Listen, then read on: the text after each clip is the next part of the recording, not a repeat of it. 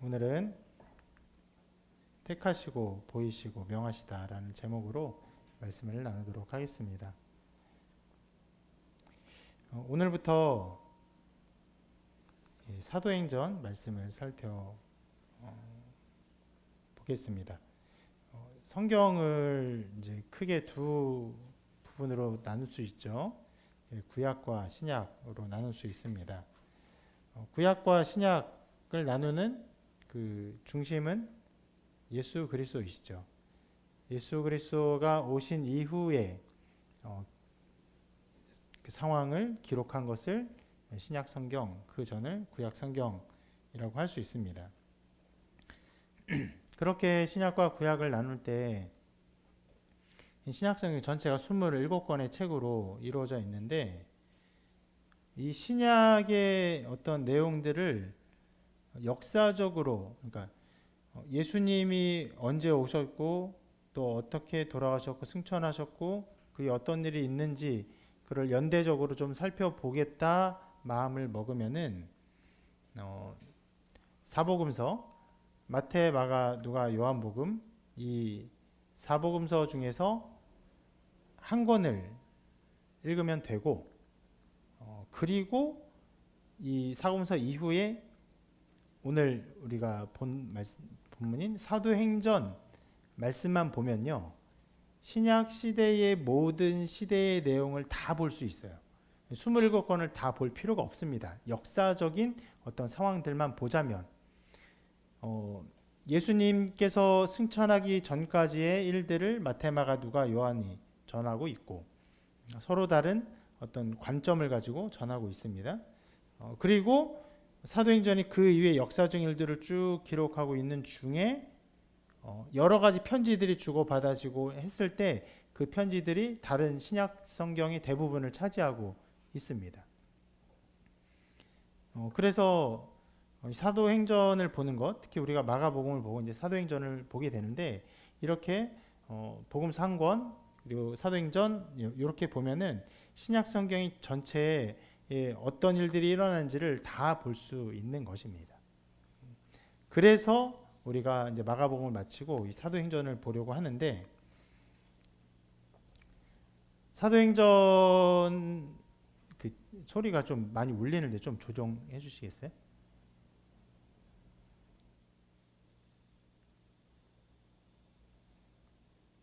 사도행전은요, 누가가 지은 책입니다.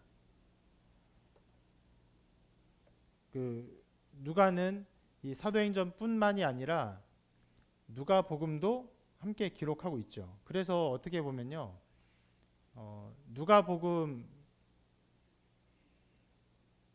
살펴보고 그리고 사도행전을 살펴보는 것이 더 좋을 수도 있을 거예요. 그것이 누가가 쓴 누가복음과 사도행전을 연이어서 쭉 보면서 이렇게 전체적으로 동일한 이해를 가질 수 있을 것입니다. 누가복음 앞에 보면 이렇게 또 기록하고 있습니다. 같이 읽어볼까요? 시작. 우리 중에 이루어진 사실에 대하여 처음부터 목격자와 말씀을 일꾼된 자들이 전하여 준 그대로 내력을 저술하려고 붓을 든 사람이 많은지라. 그 모든 일을 근원부터 자세히 미루어 살핀 나도 데오빌로 각하에게 차례대로 써 보내는 것이 좋은 줄 알았노니 이는 각하가 알고 있는 바를 더 확실하게 하려 함이로라. 누가복음 소리 조금만 올려주세요. 네, 조금만 올려주세요. 누가복음의 서두에서 이렇게 쓰고 있어요. 데오빌로 각하에게 차례대로 써 보내는 것이 좋은 줄 알았노니 하면서 그래서 쭉 기록한 것이 누가복음이고, 그리고 오늘 읽은 사도행전 앞에도 이렇게 기록하고 있습니다.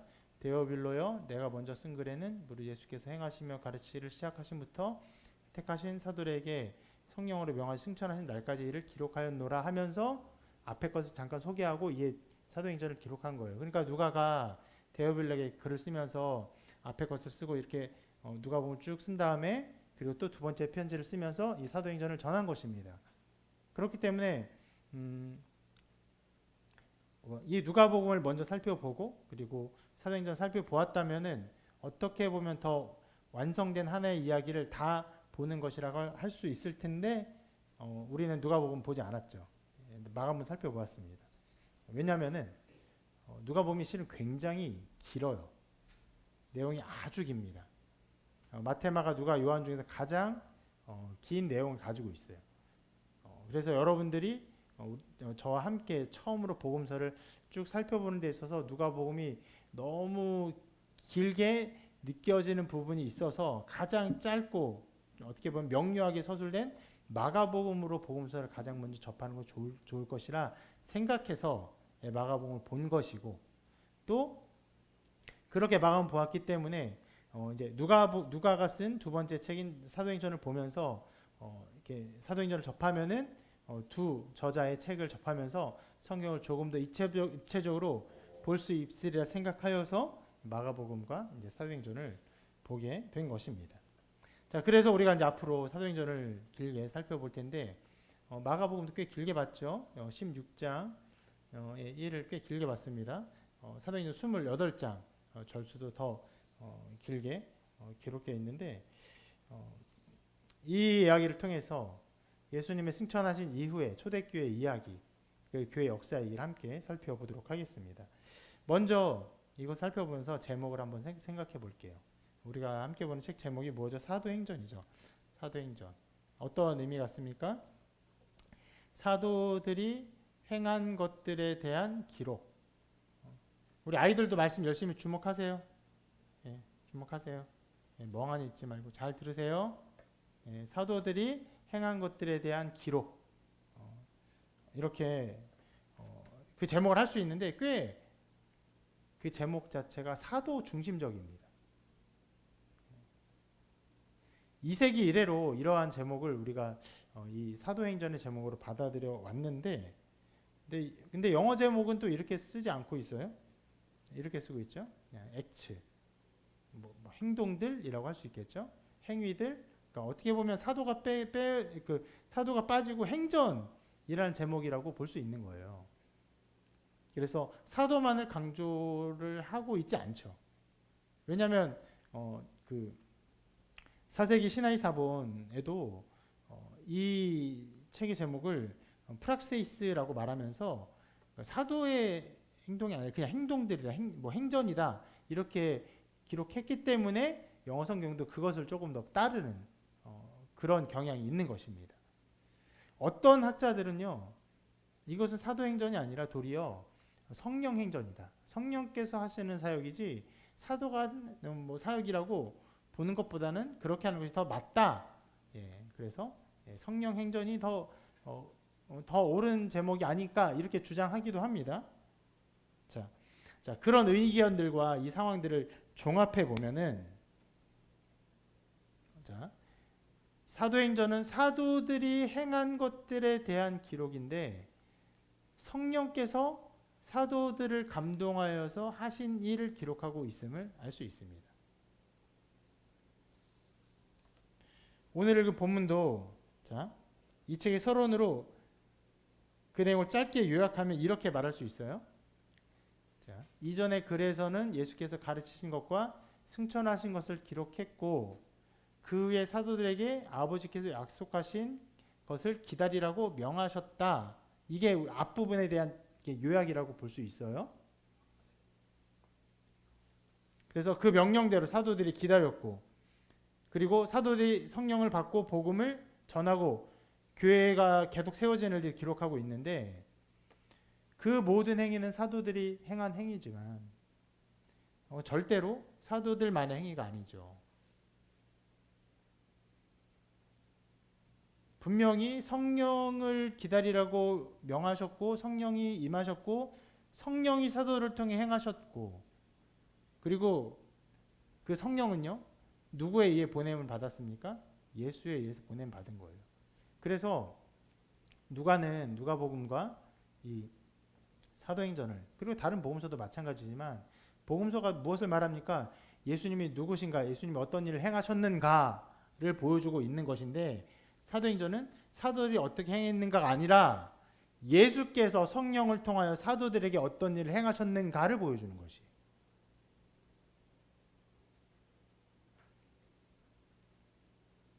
누가의 글을 이렇게 요약할 수 있을 거예요. 이전의 글에서는 예수께서 승천하시기 전에 하신 일과 가르침을 기록했고, 이 글에서는 예수께서 승천하신 후에 하시는 사역을 기록하고 있다. 그래서 이 모든 것들을 종합해 보면은 앞에 복음서는 예수님이 하신 일들, 그리고 제자들이 그에 대해서 반응한 일들이 나왔고, 사도행전은 예수님 보이지 않아요. 사도들이 어떤 일들을 계속합니다. 그렇게 완전히 양상이 다르지만 그럼에도 불구하고 이 모든 사역은 바로 예수 그리스도의 사역이다. 이것을 알 수 있습니다. 이렇게 이 성경의 제목을 이해하고 예수님의 사역을 이해하는 것은 매우 중요합니다. 단순히 제목에 대한 이해뿐만이 아니라 주님께서 그렇게 사역하시는 것에 대한 이해가 지금 현재의 우리에 대한 이해, 우리의 삶에 대한 하나님의 도우심을 구하는 태도에 영향을 주기 때문에 그래요.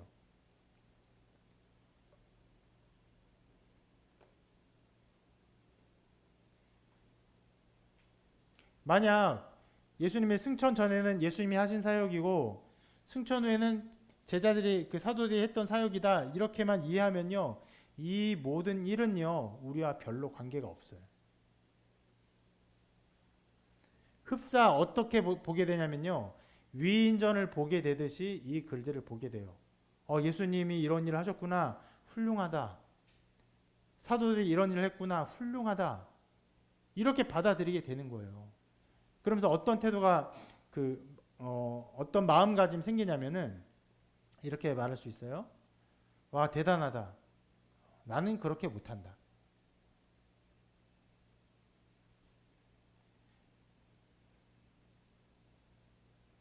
굉장히 안타까운 그런 마음 상태가 되는 것입니다. 물론 이런 마음을 가진 것도 꽤 좋은 마음이죠. 꽤 많은 사람들은 말씀 읽고 아무런 감흥이 없고 아무런 생각도 없고 그냥 읽고 지나가는 일들이 있어요. 그렇게 읽고 지나가면요 결국 멸망당합니다. 결국 영혼의 멸망을 당해요. 이 세상에서도 하나님의 유익을 아무것도 누리지 못하고 무목적한 삶과 죄악에 빠진 삶과 자격심에 끌린 삶으로 멸망에 가까운 삶을 살 수밖에 없을 거예요.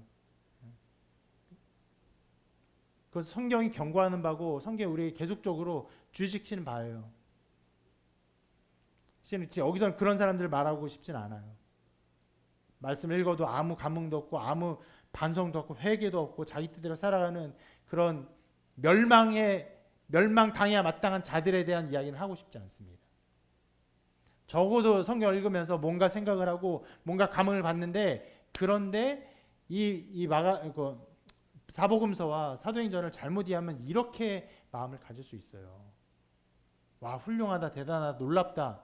근데 나랑 나는 그렇게 못해. 이게 겸손한 말인 것 같습니까?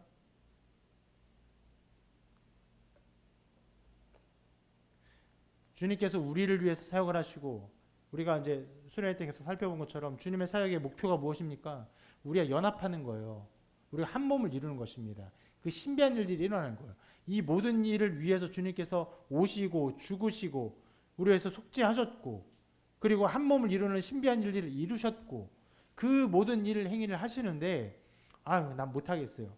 이게 겸손의 말입니까? 자기가 잘 할 수 없다는 연약함을 고백하는 말입니까? 아니죠. 주님의 사역을 멸시하고 능멸하는 태도예요.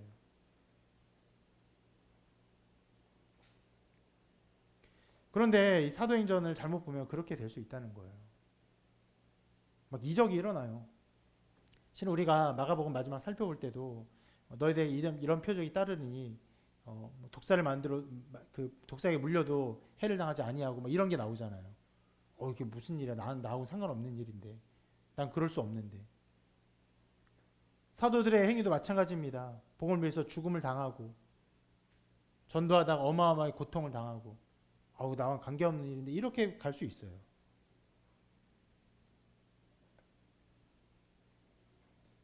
사도행전은 절대로 그런 것을 가르쳐주고 있는 것이 아닙니다. 무엇을 가르쳐 줍니까? 예수님께서 이 땅에 계셨을 때 어떻게 사역하셨어요? 예, 이 땅에 계신 그 성육신하신 몸을 입은 그 형태를 가지고 거기에 맞는 사역을 하셨어요. 어떻게 하십니까? 만져주시고 치료하시고 고치시고 이적을 베푸시고 먹이시고 가르치시고 이런 사역을 하셨어요. 그 주님이 지금 어디 계십니까? 승천하셔서 하나님 우편에 앉아 계십니다. 그럼 그분이 어떻게 사역하시는 것입니까? 하나님의 영을 보내사 하나님의 권능으로 우리에게 사역을 여전히 하고 계시다는 것을 가르쳐주고 있는 것이에요.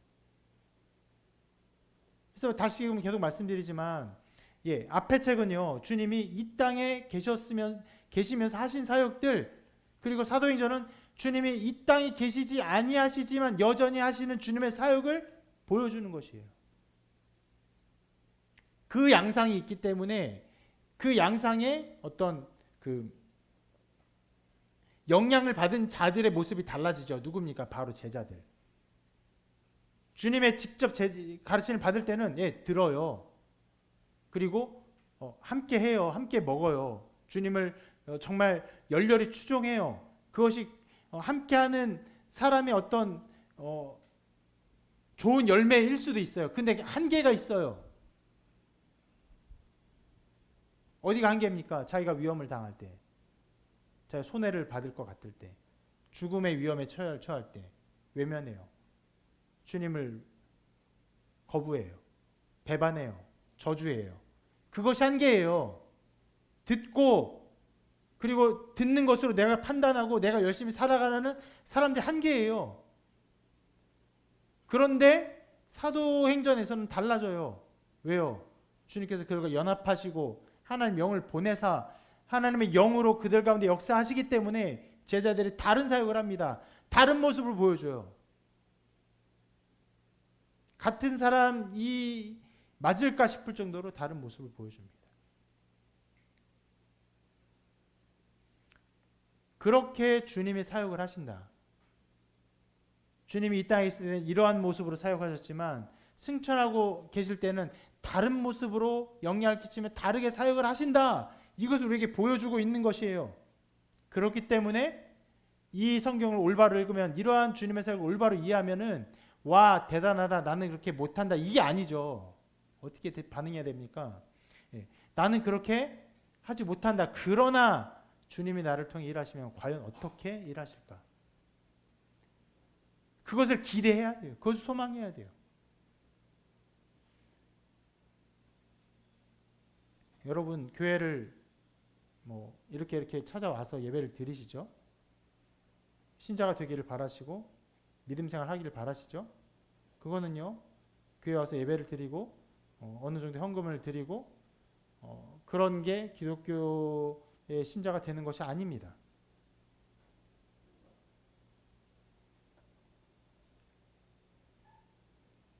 그렇게 하고 마음의 평안을 얻고 그리고 나의 위로를 받고 그리고 그렇게 살기를 바란다면 여러분 잘못 오셨어요. 교회는 절대로 그런 공간이 아닙니다. 하나님의 자녀가 되는 것이고 예수 그리스도의 제자가 되는 것이고 그리스도의 복음을 위해 살아가는 하나님 나라의 백성이 되는 것이에요. 하나님 나라 가르쳐주는 것들을 따라가며 살아가는 것이에요. 여러분 때로 우리나라가 조금 그런 것들을 경험하고 있는데 우리나라에 섞여 있는 외국인들을 때로 만나게 됩니다.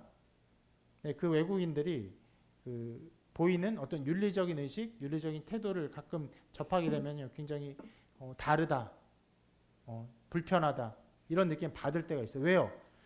우리가 이제까지 한민족으로서 한국에서 살아온 생활 양식, 정서, 생활 패턴, 어떤 마음의 씀씀이 이런 것들과 그들이 나타내는 양상이 굉장히 다르기 때문에 그래요.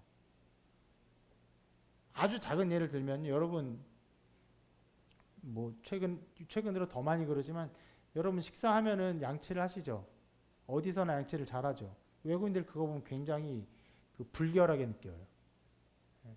화장실에서 양치를 하면서 서로 대화하고 굉장히 불결하게 느껴요. 우리는 양치를 안 하고 뭐 껌을 씹는다든가 그게 더 불결하게 느껴지지만 불결하게 다른 거예요. 문화가 달라요. 아주 작지만 작은 부분이랑 달라서 이해가 안 되고 그 문화에 잘 섞이지 않는 것들이 있는데 여러분 그것이 바로 그 나라의 백성의 정서와 어떤 윤리 의식을 공유하고 살아가는 사회 시민 사회의 의식 속에 살아가는 모습이에요. 그러면 교회에 살아가는 사람들, 이 신앙을 살아가는 사람들이 그 가져야 될 것이 무엇입니까? 하나님 나라의 백성의 윤리와 그 믿음의 삶을 살아가기를 요구하는 것이. 나는 내 뜻대로 할 거야. 나는 내 뜻대로 세상의 즐거움 취하고 세상의 유익을 누리고 돈을 위해서 살고 그리고 여기서 만족을 얻을 거야. 절대로 그런 일이 일어나지 않습니다. 장담하건대 모르겠어요. 다른 교회에서는 어떤 교회들에서는 그런 유익을 어떻게 얻을 수 있을지 모르겠지만 대부분의 교회에서는 우리 교회에서는 가면 갈수록 여러분 마음에 심한 고통이 있을 것입니다. 세상 모든 즐거움 다 취하고 나도 천국에 가겠다. 절대로 그런 일이 일어날 수가 없어요.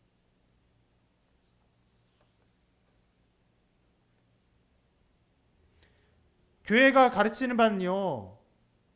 사도들이 행하는 그 행함, 하나님 나라의 복음을 위해서 살아가는 그 삶을 우리에게 요구하는 것이에요. 사도는 사도고 우리는 우리다. 아니요, 그렇지 않습니다. 초대교회가 지나고 어느 정도 이제 카톨릭 교회가 융성할 때는 그런 의식이 있었어요.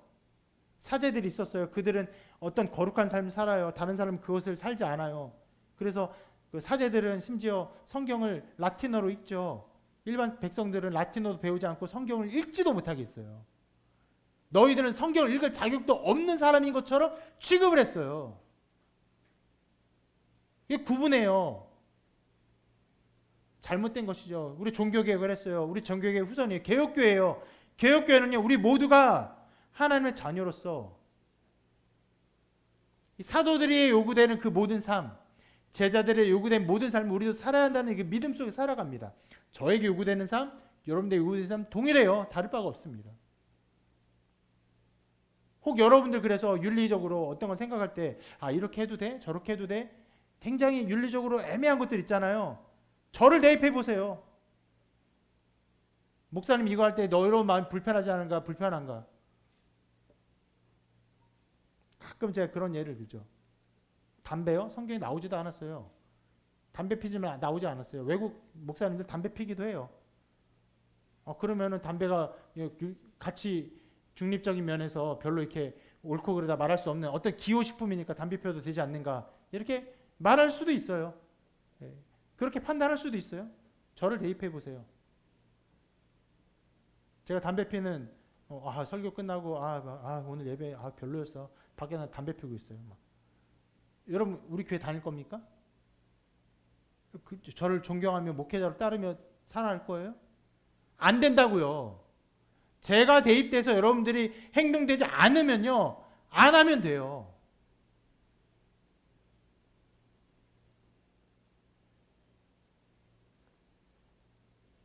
예를 들어서 노래방에서 노래를 불러요.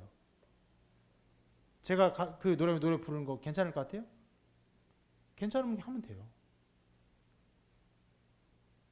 저도 그 노래 부르는 거 문제 없다고 생각해요. 우리에게 주는 어떤 즐거움의 한 좋은 측면이라고 생각을 해요. 그렇게 저를 대입해요. 그러니까 왜 이런 말을 하냐? 여러분들에게 요구되는 모든 삶이 무엇이냐? 사도들에게 요구되는 삶, 혹은 목회자의 요구되는 삶과 다를 바가 없다는 거예요. 성경이 여러분에게 그것을 요구하고 있는 것이에요. 그래서 실은 저 말처럼 나올 수 있어요. 나는 그렇게 하지 못해. 부담스러워. 나는 그렇게 못할 것 같아. 실은 이런 마음이 나올 수 있어요. 이 말씀을 보면요. 사도행전을 보면요. 그런데 사도행전을 보면서 주님이 성령을 통해서 사도들에게 하시는 역사를 보면서 주님이 그렇게 사도들을 변화시켜서 사역하셨다면 나에게는 어떤 변화를 일으키실 것인가? 지금 나에게 하나님이 어떤 일을 베푸실 것인가? 라고 바라보면서 여러분의 삶을 의탁해야 되는 거예요. 여러분 삶은요, 여러분 혼자에게 완전히 맡겨진 버려진 존재가 아니에요. 이 우주 속에서 이 시간의 흐름 속에서 어쩌다가 생겨난 우연의 존재로서 여러분 스스로 모든 삶을 책임지고 여러분 삶의 결과를 그렇게 맞이하는 그렇게 버린 존재가 아니라고요. 하나님이 이 세상을 만드시고 여러분을 만드시고 여러분의 하나님의 아들을 보내시고 하나님 영을 보내사 여러분의 복과 은혜를 주시기를 원하는 그런 존재가 여러분 존재라는 것을 말씀을 통해 이해해야 돼요. 그런데 죄는 끝까지 말할 거예요. 여러분 스스로 결정해라. 너가 결정해라. 너의 삶을 너의 것이 너가 결정해라. 아주 달콤해요. 어마어마하게 달콤합니다. 실은 그 달콤함 포기하는 것은 불가능한 일이에요. 나의 삶을 나의 것으로 인정하고 내가 그것을 결정하는 이 포기하는 건 불가능한 일. 성경이 그것을 말해요. 자기 십자가를 지고 따르라. 내 멍에는 가볍다. 이 멍에를 매라라고 말씀하고 있어요. 매면요, 내 인생이 내 힘으로 살아가는 것이 아니라 하나님께서 함께 하신 삶인 거 알고 우리의 삶을 살아가게 됩니다.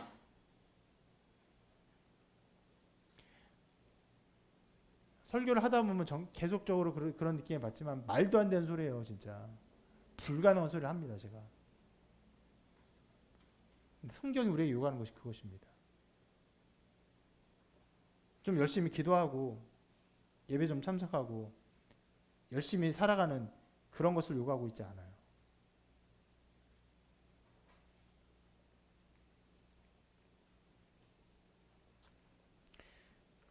그렇게 이 말씀을 시작할 때 여러분, 이 사도행전이 예수 그리스도께서 사역하신 사역의 열매다. 예수 그리스도께서 사도들을 통해서 행하신 일의 열매다. 이러한 믿음 속에서 이것을 보아야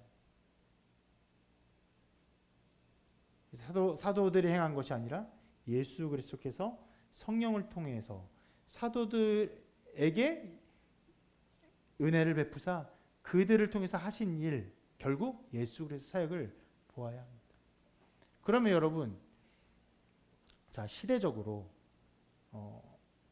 실은 우리나라가 해방 전과 해방 후가 다른 것처럼, 뭐 심지어 우리가 스마트폰 이렇게 쓰잖아요. 스마트폰을 쓰게 되기 전과 쓰게 된 이유가 다른 것처럼 실은 그보다 더 많이 다른 것이 하나님의 역사하심이 시대별로 다른데 그 변화의 가장 큰 부분이 바로 예수 그리스도 이 땅에 오심입니다. 이 땅에 하나님의 아들이 오신 것이 이 세상 역사의 가장 큰 기점이에요. 실은 그 기점 때문에 여러분의 생년도 그렇게 정하죠. 예수님이 오신 이후로 몇 년도에 태어났는가 이렇게 정하고 있잖아요. 그런데 여러분, 실은 그때 완전히 달라졌지만 실은 그때 이후로 더 완벽하게 모든 것이 바뀐 시점이 한 군데 더 생겼어요. 언제냐면 예수님이 승천하신 때. 승천하신 이후로는 그 누구도 예수님을 눈으로 보거나 손으로 만질 수 있는 시대가 아니에요. 그런데 어떤 시대입니까? 승천하사 인간으로 계시면서 하나님 우편에서 하나님의 영을 보내서 이 세상을 통치하는 시대가 시작되었어요. 그러면 그 시대가 시작된 이래로 지금까지 그 어떤 영적인 변화, 영적인 통치의 방식의 변화가 있습니까? 없습니까? 없어요. 그때나 지금이나 동일해요. 그러면 그때 성령을 통해서 사도들에게 사역하셨다면은 지금도 동일한 방식으로 하나님의 영으로 말미암아 우리에게 사역을 하시는 것이 하나님의 통치의 방식이십니다. 그러한 시대적인 관점과 이해를 가지고 이 말씀을 보시기를 바랍니다. 그리고 이제 우리가 말씀을 제목에 대한 이야기를 끝냈고 내용을 좀 들어갈 텐데, 아까 우리가 본 것처럼 이 글을 누구에게 썼다고 했죠? 데오빌로 썼다고 했습니다. 이게 누군지는 좀 의견이 분분해요. 각하라고 지칭되는 사람이기 때문에 굉장히 높은 사람이 아닐까 추정을 하는데, 어떤 사람들은 그냥 기독교 지도자를 그냥 높이 칭송한 그런 호칭이 아닐까라고 추정을 하기도 합니다.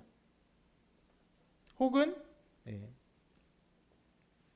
도미티아누스 황제의 사촌이었던 플라비우스 클레멘스를 지칭하는 이 용어가 아닐까? 이 사람인데 그냥 다른 이름으로 지칭해서 이렇게 표현한 것은 아닐까? 이렇게 생각하기도 해요. 그러니까 이건 조금 이렇게 개별적인 의견이고 대체적인 의견은 중산층이면서 로마인이었는데 기독교에 굉장히 호의를 가진 어떤 지도자에 있는 어떤 사람이 아닐까 생각을 합니다. 그런데 이 사람에게 이 편지를 보냈다는 것을 생각해 보기를 바랍니다. 자, 아까도 말씀드린 것처럼 누가가 데오빌로에게 누가복음과 사도행전을 보내고 있는데 그것은 데오빌로가 이 내용을 모르고 있다는 말이죠. 잘 알고 있는 내용을요 다시 정리한 게 아니에요. 이것을 정리해 보내는 것이 좋사오니 하면서 쭉 적어서 데오빌로 편지를 준 거거든요. 그러면 우리가 아까 잠깐 얘기한 것처럼 데오빌로는 로마인이면서도 복음에 대해서 굉장히 열려있는 마음을 가지고 있고 이 복음에 대한 관심 또 혹은 믿음이 있었기 때문에 누가가 이 글들을 통해서 이 데오빌로의 믿음을 더욱더 굳건히 하기 위해서 편지를 쓴 거잖아요. 그러면요 데오빌로는 어떤 면에서는요 이미 복음의 내용을 들었어요. 그래서 그것에 대한 어떤 호감을 가지고 있는 상태라고 말할 수 있어요. 그러면 무엇을 접했을까? 그럼 몰라요. 알 수 없어요. 몰라요. 다만 우리가 확실하게 한 가지 알 수 있는 것은 신약 성경의 완전한 형태가 없었다는 것이에요. 신약 성경의 완전한 형태가 없었음에도 불구하고 데오빌로가 누군가에게 복음에 대한 이야기를 듣고 복음에 대한 열려있는 마음과 혹은 믿음을 가지고 이것을 대하고 있었다는 것을 우리가 정황적으로 이해할 수 있는 것입니다. 이것을 여러분 좀 염두에 두기를 바라요. 성경이 없었어요. 그리고 기독교에 대해서 여러 가지 어떤 억측 혹은 비방, 악한 소문, 심지어 로마인들은 기독교를 굉장히 무시했어요. 그냥 유대교의 한 분파가 나타난 것이 아닌가 그냥 무시했을 뿐이에요. 그렇게 이 복음에 대해서 주목하기가 어려운 상황인데도 불구하고 로마인인 어떤 지도자에 있는 사람이 이 복음에 관심을 가지고 여기에 마음을 들이고 있다는 사실에 여러분들이 집중하시길 바랍니다. 어려운 상황이에요. 복음을 받아들이기 곤란한 상황이에요. 그럼에도 불구하고 복음이 전해지고 들려지는 곳에서 누군가에게는 이 복음이 놓칠 수 없는 이야기가 되고 거기에 관심을 기울이고 거기에 온 마음을 기울여서 여기에 자기의 마음을 들이는 사람들이 있다는 것이에요. 물론 여러분 유튜브 시대가 되면서 참 사람들이 수많은 관심사에 수많은 에너지와 열정을 쏟는다는 것을 우리가 알 수 있습니다.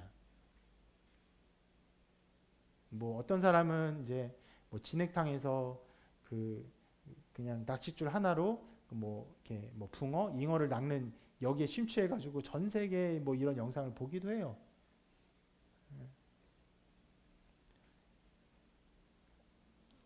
뭐 곤충, 건축, 뭐 이렇게 뭐 옷, 뭐 노래, 심지어는 외국 사람들이 우리나라 70년대, 80년대 가요에 빠져가지고 그 영상을 보고 그 번역도 달고 따라 부르기도 하고 뭐 이런 일들이 있어요. 이런 무슨 일인가 싶은 생각이 드는데,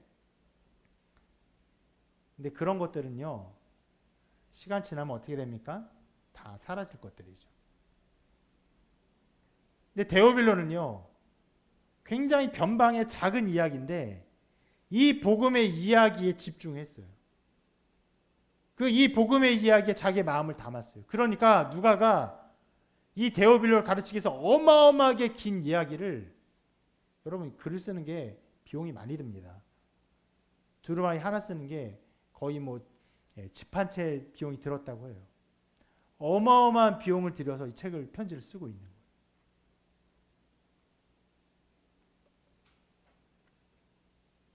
이렇게 말할 수 있어요.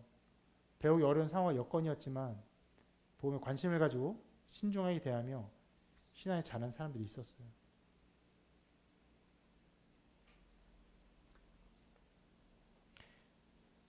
환경이 아무리 열악하고 아무리 나쁘고 곤란하고 힘들어도 그 가운데 신앙에 관심을 가지고 거기에 마음과 정성을 들이고 이것을 소중하게 여기는 사람들이 있습니다. 여러분이 그런 사람이 되기를 바라요. 그 반대 사람도 있어요. 여러 가지 예배를 하고 하나님을 경배하며 그 믿음의 삶을 살아갈 수 있는 여러 가지 여건들이 있음에도 불구하고 이것을 등한시 여기고 우습게 여기고 하는 사람들이 있습니다. 제가 종종 설교하다가 높은 소리로 소리를 내는데 이 시점에서는 여기까지만 말을 할게요. 너무 화가 나서 정말 견딜 수 없이 화가 나서 더 말하면 안 될 것 같아요. 저도 화가 나는데 이 예배를 등한시 여기고 우습게 여기는 사람들 하나님이 어떻게 생각하실지 저는 모르겠어요.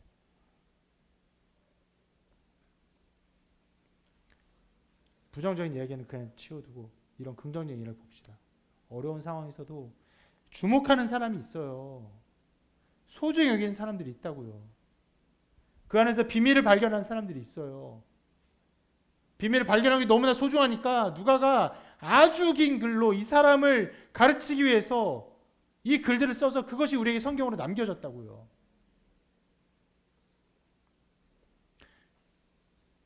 이러한 이야기를 여러분 가벼이 흘려 넘기지 마십시오. 그냥 누가가 데오빌로에게 글을 썼구나. 이것을 그냥 이렇게 보는 것은요, 어떤 그냥 역사를 그냥 글로 남기는 것 뿐이고, 우리가 보고 싶은 것은 하나님이 누군가에게, 이방인에게 은혜와 은총을 주사 믿음을 주시고 그 사람을 자라게 하기 위해서 이 복음서를 쓰고 이 글을 쓰고 실제로 그 사람의 믿음 가운데 자라고 하나님의 영광에 나타나는 이 아름다운 것들을 보고 싶은 것이에요. 그럼 여러분의 삶에서 하나님께 관심을 드리고 하나님 알고 싶어하고 여러분의 마음을 드릴 때 하나님이 여러분들을 자라게 하고 성장케 하는 일을 하지 않으실까요? 이 놀라운 일을 베풀지 않으실까요?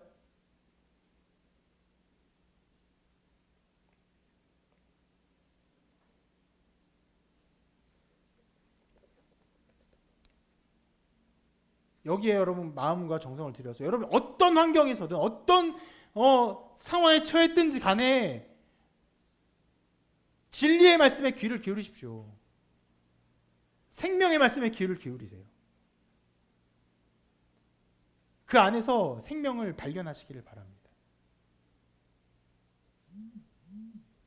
누군가 언제 어떻게 어떤 형태로 이 말씀에 관심을 가지고 여기에 자기의 마음을 쏟을지 저는 알지 못하지만 여러분 한 사람 한 사람이 그렇게 마음을 드릴 때 그 마음을 드림으로 말미암아 여러분의 삶의 태도가 조금씩 변화되었을 때 한 걸음 앞으로 나왔을 때 무슨 일이 일어날 거예요? 어떠한 일이 일어날 겁니다. 하나님이 간섭하시는 삶의 역사가 일어날 거예요. 그러나 그 반대로 이것을 등한시 여기고 한 걸음 뒤로 물러갈 때, 한 걸음 옆으로 비껴갈 때, 하나님의 은혜가 오는데 그냥 이렇게 보고 있을 때 그 삶의 열매도 반드시 나타날 것입니다. 여러분 삶에 굉장히 예배하기 어려운 삶이 계속되고 예배하기 어려운 곤란한 상황들이 계속되고 여러 가지 문제가 계속돼요. 어쩌다가 우연치 않게 그냥 그런 것들이 자꾸 생겨서 그렇게 되었다고 생각하는 것은 오산이에요. 꽤 많은 사람들이 자기 삶의 열매로 그것을 먹고 있는 것이에요. 예배할 수 있을 때 하나님께 나올 수 있을 때 그걸 등한시 여겼기 때문에 물러났기 때문에 그리고는 그 삶이 계속되어서 점점점 물러가서 그 삶이 계속적으로 엉켜지는 거예요. 건강이, 사회 사람과의 관계가, 주변 사람의 어떤 영향이, 가족들이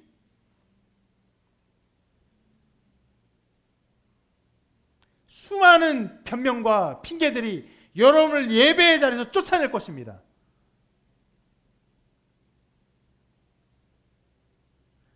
그런 열매를 맺지 않기를 바랍니다.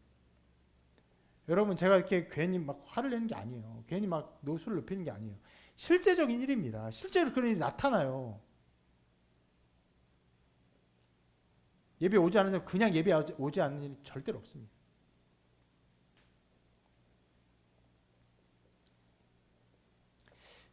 그리고 누가는 이 글을 시작하면서 이제 사도들을 소개합니다. 자, 사도들이 주님의 명령에 따라 어떤 일을 행했는지를 기록할 것이기 때문에 앞으로 사도들의 일을 기록할 것이기 때문에 사도를 소개하는데 이렇게 소개합니다. 같이 한번 읽어볼까요? 시작. 그가 택하신 사도들에게 성령으로 명하시고 승천하신 날까지를 기록하였노라. 자, 이제 사도들이 앞으로 무엇을 할 것인지를 말하면서 그 앞에 누가복음에는 그가 택하신 사도들의 성령으로 명하시고 승천하신 날까지를 기록했다 이렇게 말을 하고 있는데, 자, 이 사도들이 어떤 사도들이라고 말하고 있습니까? 그가 택하신 사도들.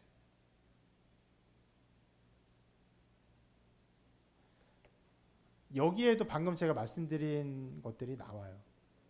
이 사도들이 사도로 된 것은요, 어쩌다가 그냥 하다 보니까 우연치 않게 뭐 그냥 이런저런 이야기 된 게 아니라 주님께서 그를 세우신 거예요. 그럼 제가 무서운 말을 할게요. 아까 제가 말한 삶에서 정말 예배가 멀어지고 이렇게 하는 것은 그러면 어떻게 말할 수 있을까요? 주님께서 제가 여기까지 말할게요. 여러분 그런 사람 되지 않기를 바랍니다. 성경에 나오는 어떤 복음에 대한 태도가요. 복음이 이러니 너희들 정말 이 복음 가운데 살아라고 막 던져줘요. 그리고는 그것을 받아들이면 좋고 안 받아들이면 안타깝고 이런 게 아니에요. 종종 성경에 나오는 복음에 대한 얘기 무엇인지 아십니까? 우리가 지난주 살펴보았는데도 복음을 전해요. 우리가 주님 말씀대로 복음을 전해요. 우리에게 그런 권세가 있다고 하는데 그들이 믿으면요 어떻게 해요? 하나님의 자녀가 되는 권세가 있어요. 믿지 않으면 믿지 않는 심판을 당하는 일이 생기는 거예요. 그럼 이 전하는 자체가 어떤 거예요? 그 사람을 가르는 거예요. 하나님의 선택받은 백성이냐? 하나님의 선택에서 배제된 백성이냐? 똑같은 것입니다. 사도들은요 하나님 선택받은 백성이에요. 사도들처럼 하나님의 영을 떠나고 하나님의 영을 받지 못하고 자기 뜻대로 살아가고 자기 뜻대로 살아가는 삶의 열매는 그럼 어떻게 말할 수 있습니까? 선택받지 못한 사람이라고 말할 수도 있는 거지. 제가 그 시기를 말할 수 없기 때문에 가정법으로 얘기한 거예요.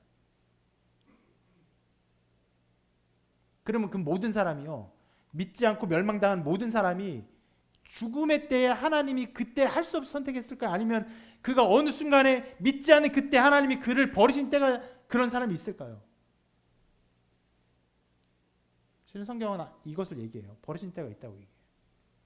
그 누구라도 하나님이 절대로 아무도 한 명도 버리지 않고 끝까지 그가 죽을 때 믿기를 간절히 주님이 기다리다가 죽으니까 아예 할 수 없다. 너는 그럼 지옥. 이런 식으로 말하지 않아요. 그래서 우리는 두려움을 가져야 돼요.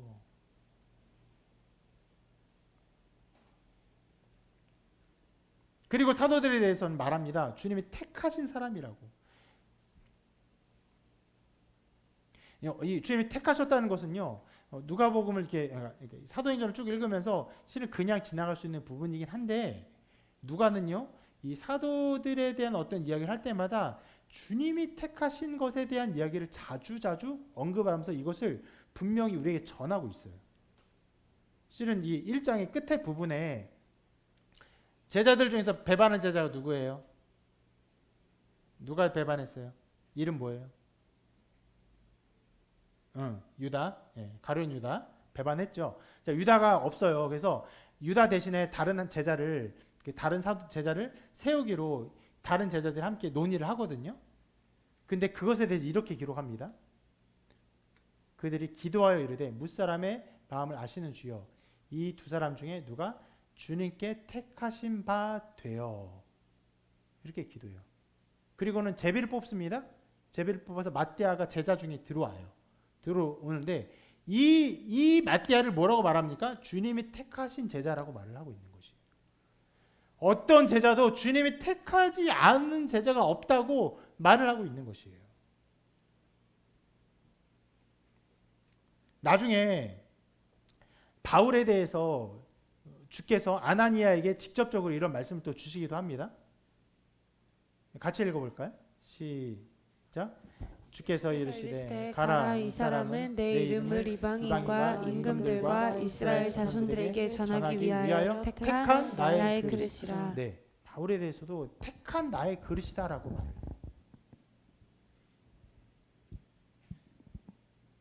그러니까 각 사도마다, 각 제자마다 어쩌다 된 것이라 절대로 말하지 않고 주님이 그 사람을 택하신 것이다. 주님이 그 사람을 세운 그 열매가 이렇게 나타난 것이라고 말을 하고 있는 것이에요.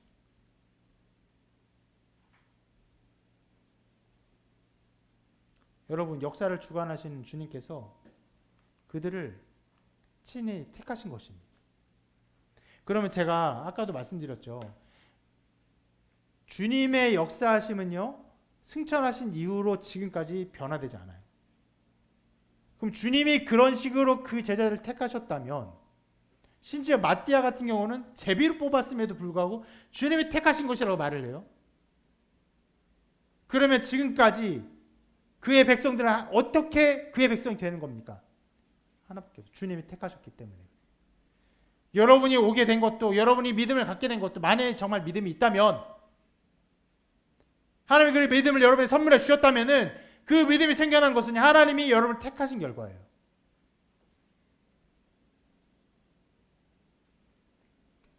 주님은 지금도 통치하십니다. 어쩌다가 우연이 된 것이 아니에요. 하나님이 여러분을 택하셨기 때문에 그의 백성이 되어서 하나님을 기뻐하는 마음 가운데 살게 된 것임을 기억해야 합니다.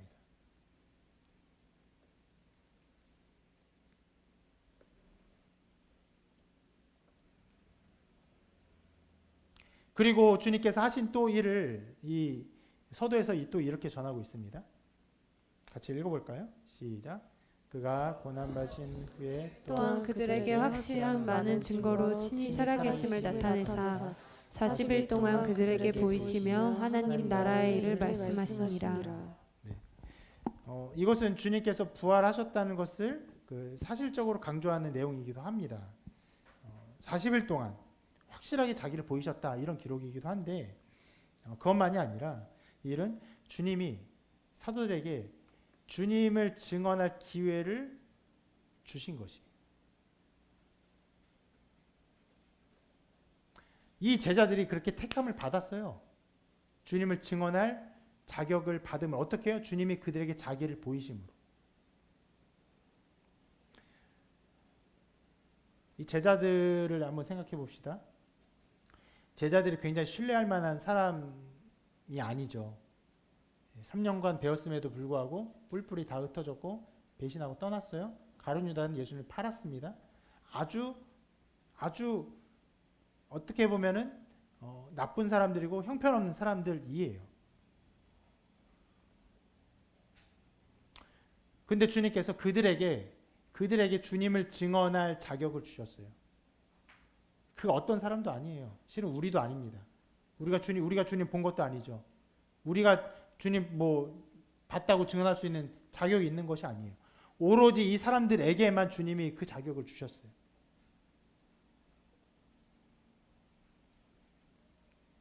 그리고 신기하게도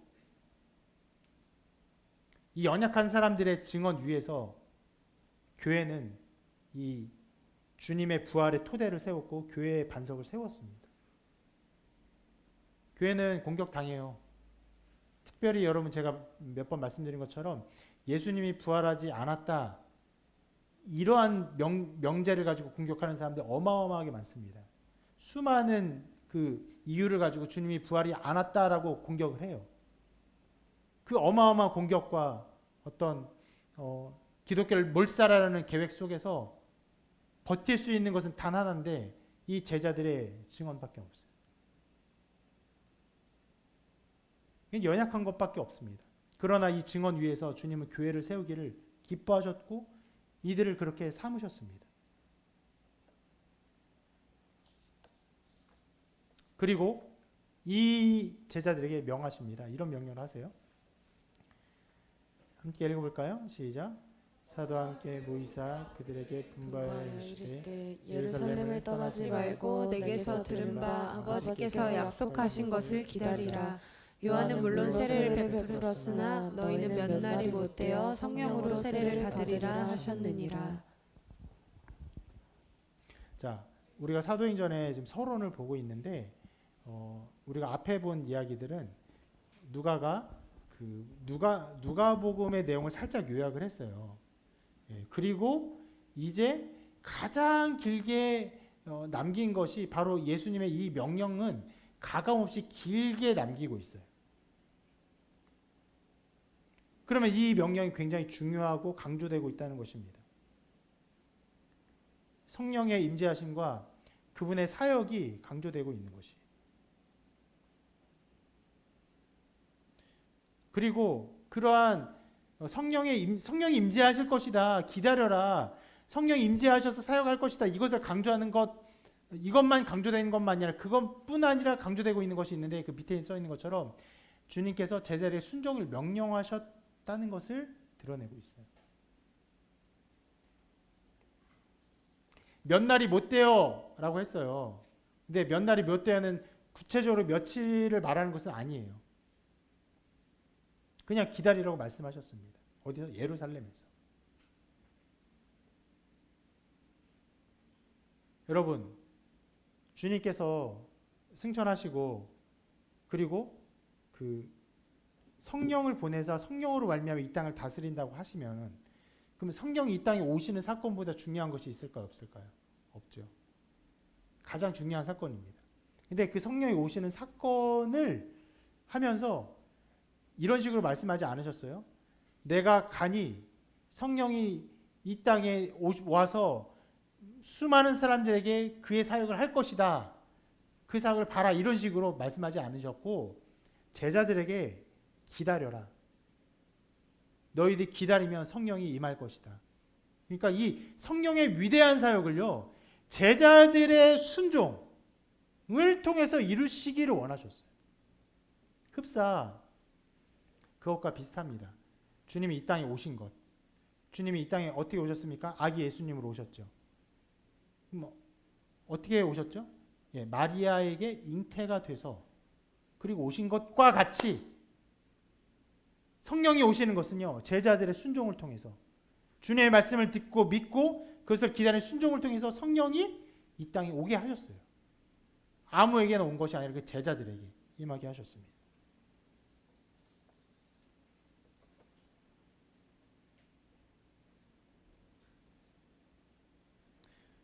이렇게 사도행전의 내용을 시작을 하고 있습니다. 앞으로 우리가 이제 보게 되겠지만 사도행전에서 나타나는 일들로 말미암아 성령이 임하여서 제자들이 복음을 전하고 교회가 생기고 교회가 온 유럽에 전파되면서 이 세계의 모든 역사는 완전히 바뀝니다. 완전히 바뀌어요. 그래서 어떤 역사가는 바울의 전도의 배가 유럽으로 향했기 때문에 이 세상의 모든 역사가 유럽 중심으로 돌아가게 되었다라고 평가하기도 할 정도로 역사는 완전히 변해요. 복음이 전해지기 전까지 유럽의 모든 나라는 굉장히 야만적이었어요. 복음이 전해지는 곳마다 나라가 깨어지고 변화되고 새롭게 되었어요. 그런데 그 일들을 마침내 이루는 것이 결국 성령의 역사고 제자들의 사역, 사도들의 사역인데 이 모든 일이 어쩌다가 우연히 그냥 벌어진 것이라고 말하고 있지 않아요. 이 모든 일이 누구의 사역입니까? 예수 그리스도의 사역이다. 앞에 누가복음은 주님이 이제까지 오신 이 땅에서 하신 일을 말했다면 이후의 사역은 주님이 승천하신 이후에 성령을 통해서 하신 사역을 나타내고 있는 것이다. 그렇게 주님이 통치하시는 분이심을 우리에게 가르쳐주고 있는 것입니다. 그리고 그 주님이 통치하신 나라가 어떤 나라입니까? 하나님 나라예요. 이 하나님 나라에 속한 사람들은요. 이 믿음을 가진 이후로부터 어떤 율법에 의해서 살아가는 것이 아니라 어떤 의무에 의해서 살아가는 것이 아니라 남 눈치에서 살아가는 것이 아니라 하나님의 마음에 기뻐하는 마음을 주사 하나님의 영으로 살아가는 사람이 됩니다. 누가 말하지 않아도 예배하고 누가 말하지 않아도 선을 행하고 누가 말하지 않아도 자기를 희생하는 신인류가 탄생하는 것이에요. 이제 우리가 앞으로 이 하나님 나라를 살펴볼 것입니다. 그리고 그것을 동경하는 것이 아닐 거예요. 그렇게 역사하신 하나님이 지금 우리에게도 역사하심을 믿으며 함께 고백하며 하나님께 영광 돌리는 그런 시간이 될 것입니다. 그러나 어떤 사람들에게는요, 남의 얘기가 될 수도 있어요. 왜요? 지금도 역사하시는 하나님의 역사 안에서 그 역사를 받아들이고 그 역사에 순종하고 그 역사에 자기를 드리고 내 마음 드리고 하지 않고 아닌 것 같은데 모르겠는데 잘 모르겠는데 비껴나고 물러가고 후퇴하면 후퇴할수록 이 성령의 역사가 자기와는 관계없는 이야기가 될 거예요. 여러분, 주님은 절대로 잠잠하여 계신 분이 아십니다. 지금도 하나님 우편에 앉아 계시사 통치하세요. 역사하십니다. 그의 백성들을 일으키세요. 그 역사 안에서 여러분들이 함께 하나님 나라를 맛보고 또 경험하고 또 더욱더 하나님 나라를 이루어질 것을 꿈꾸는 사람이 되시기를 바랍니다. 은혜가 충만하시기를 주님의 이름으로 축원합니다. 우리 함께